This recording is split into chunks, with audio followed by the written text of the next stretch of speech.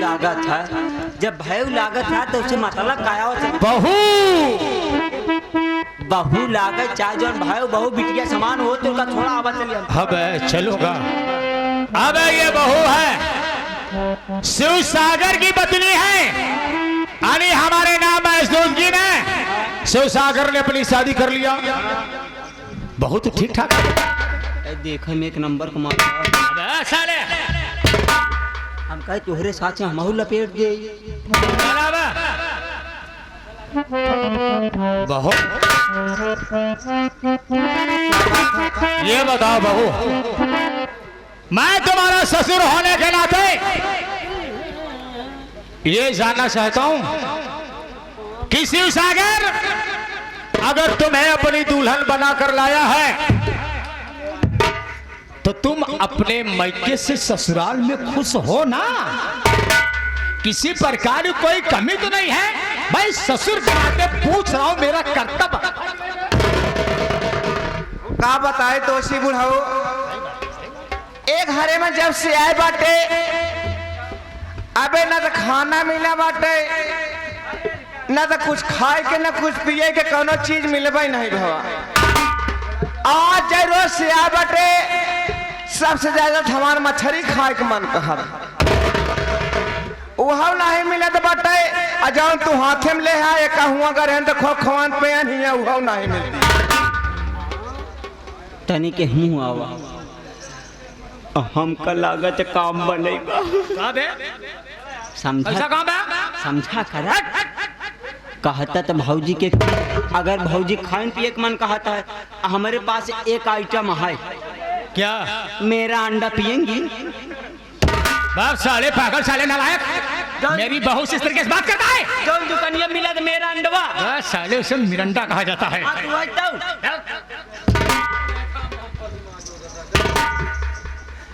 ए बहू अरे हमारा बेटा शिव सागर तुम्हें विवाह करके जब से यहाँ लाया है तब से कुछ खिलाया पिलाया नहीं और न रहता है। बताओ, मैं होता भाई घर का सियान आदमी हूं तो बच्चों को समझा देता कि दुल्हन को कैसा रखना चाहिए। वैसे तुम रहने वाली कहाँ की हो? बिहार की। बिहार की रहने?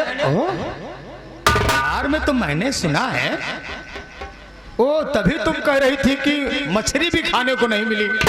पता होता साला ठीक है, जहां इसके लिए उसके बगल में फ्राई करके मिल रही थी, लेते आते साले को। दुल्हन बोला बुढ़ाओ, कुछ नहीं खाए को मिला? कुछ नहीं मिला का तो सी बता यार, 3-4 दिन हो गया कौन चीज खाए पिए मिलता नहीं। बच्चे के हमारा सिकुरी जाती हम। चिंता न करा दुल्हन, दुल्हन तू तनको चिंता न करा। अरे भाई हम तुहार ससुर है, घरे का सयान मनाई है, हम खियाओ पियाओ भाई। लेकिन बुढ़ाओ अच्छा दुल्हन ही बतावा अगर तुहार मछरी उछरी चला था हाँ तो देखा बुरा ना लागे। काहे बोला बुरा ना माने ना माना बोला बात यह चला था का? अब तोहरे आगे कैसे कही बाबू? शर्माए वाली बात नहीं। अरे भाई ससुर जनो जान ला का लागत हो अपन। अरे तभी मैंने तो कहती है तू बाबू लागा कैसे कहीं नहीं चला था तो सब कुछ ये चलता है। अरे यहाँ चले का कहीं नहीं तू चल जागा।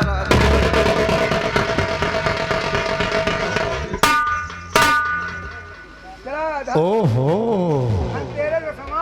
साला इतने दिन मैंने जेल में काटा, इतने दिन मैंने जेल में काटा।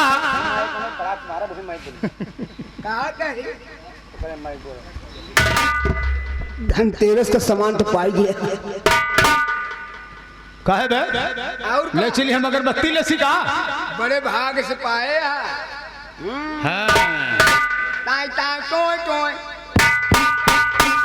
दुल्हन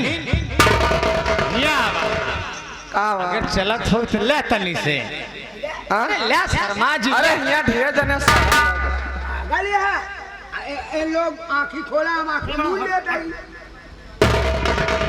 ला दुल्हन तनी से शर्माए ना हो। लेकिन बाबू कुछ कहा जी। कुछ न कहा भाई। अरे नहीं, तू तो बिहान हमार कहा- पतो हुआ। बिहान कहा इलाका के दुल्हनिया ऐसे करती है। नहीं भाई अर्जुन हट जा। ला चलो चलो चलावा फिर की। हाँ हाँ हाँ हाँ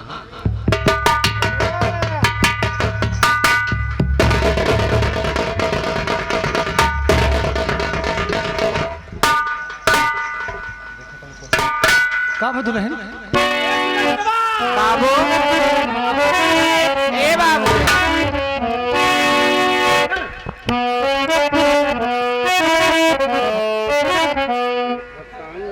कहाँ का बेच?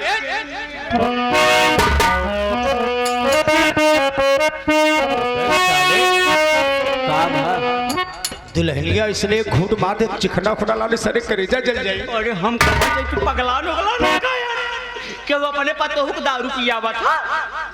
अरे पूरा गांव समाज में जग हसाई करे हुए का यार। अबे साले तो हमारे 3-4 दिन कुछ खाए पी नहीं पाए बस साले ससुर के नाम का काम होत कि नहीं। कौनो बात ना तू एक दारू पिया हुआ था हम चखना यूं गए यूं लइका। अरे देखा ताने खोल के नया नावा।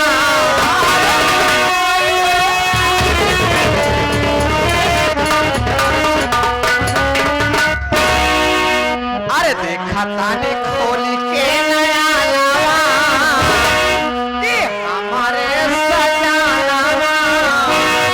अरे क्या कहे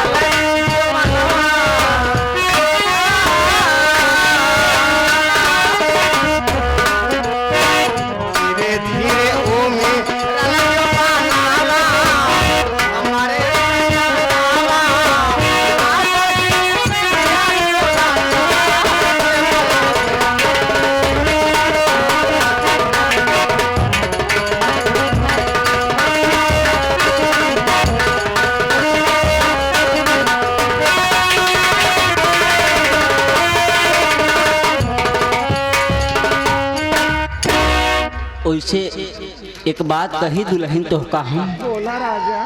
आज आज पहली बार हम जब जेल से छूट के आए हैं ना ये सारे देश का कुत्ता काहे बगलिया टहराता है। अब ओका तू देखा जाना ये सारे देश का कुत्ता सारे कमी कई गवा कहा तही देखा जल्दी करा चुम्मा दे हमका जल्दी करा चुम्मा दे लेबे चुम्मा झाका झाक झाका झाक देखा शर्माया जी। नहीं तनकम न शर्मराब तनकम न शर्मराब नहीं जल्दी करा चुम्मा दे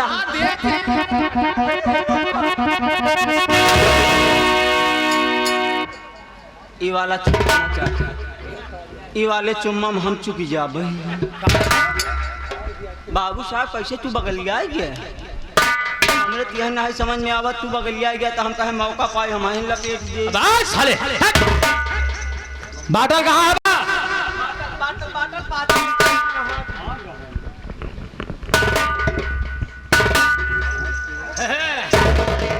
अरे वाह बहू वाह, बुढ़ा तुमने तो हमारा दिल ही खुश कर दिया है। ए देखा तुम्हारा बात दूसर, अब जहाँ जाओ हमका लिया है क्या न महारानी गाड़ो जहाँ कहाँ हुए मर जाते हैं, निपुर जाते हैं। हाँ सूबेदार, अबे थोड़ा मूड मेरा बनने में टाइम, हमारा तो मुंह तो बन गया। कुछ गाना बजाना सुना दे, सुना दे, सुना दे। हम सुनाई सुना दे थोड़ा सा, सुनबे चखना पकड़ा। ला सुना दे।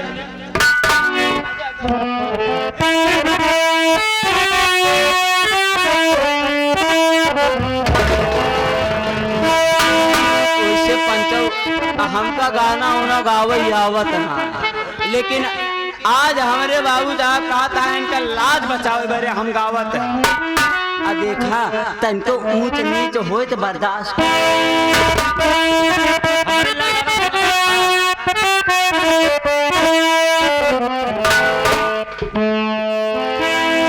ओ बेटवा नया बने बम्बई पठाई के,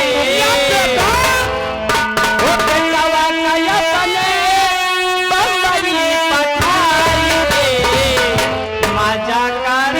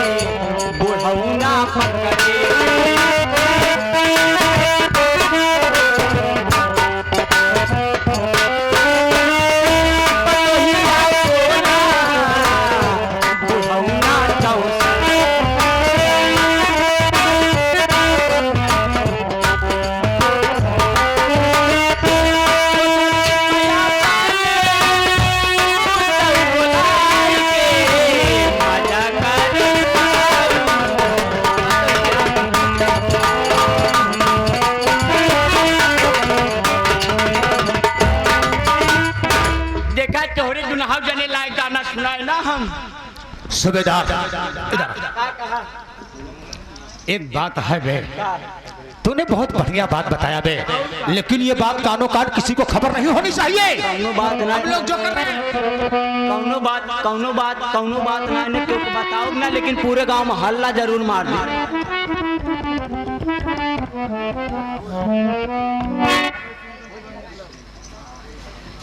हमारे सलमान भाई 11 रुपया लूटा है बुढ़ाओ,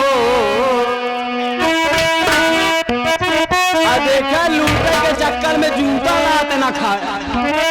अरे हरिया लूटा है राजा, अरे के मुहवा पे डाल के चला चला।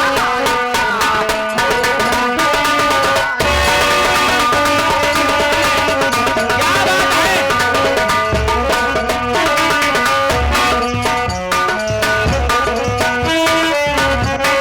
हराया कवारिया में बाला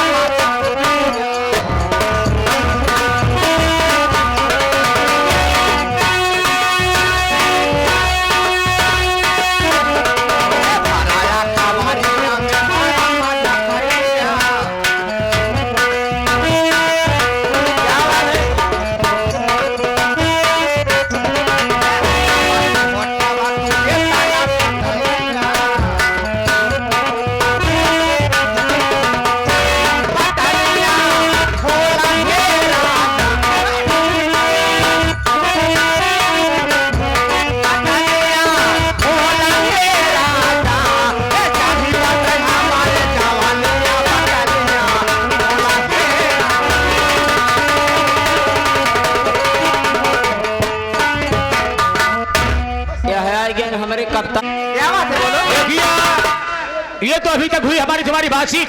हाँ हम काफी दिन के बाद जेल से छूटा है, कुछ खाए पिए हम ना आए हैं। मुखा ही तो हाँ आएंगे ना हमद अली दुनिया है तो हर मुस्की कायल बा, दिल हमरो घायल बा।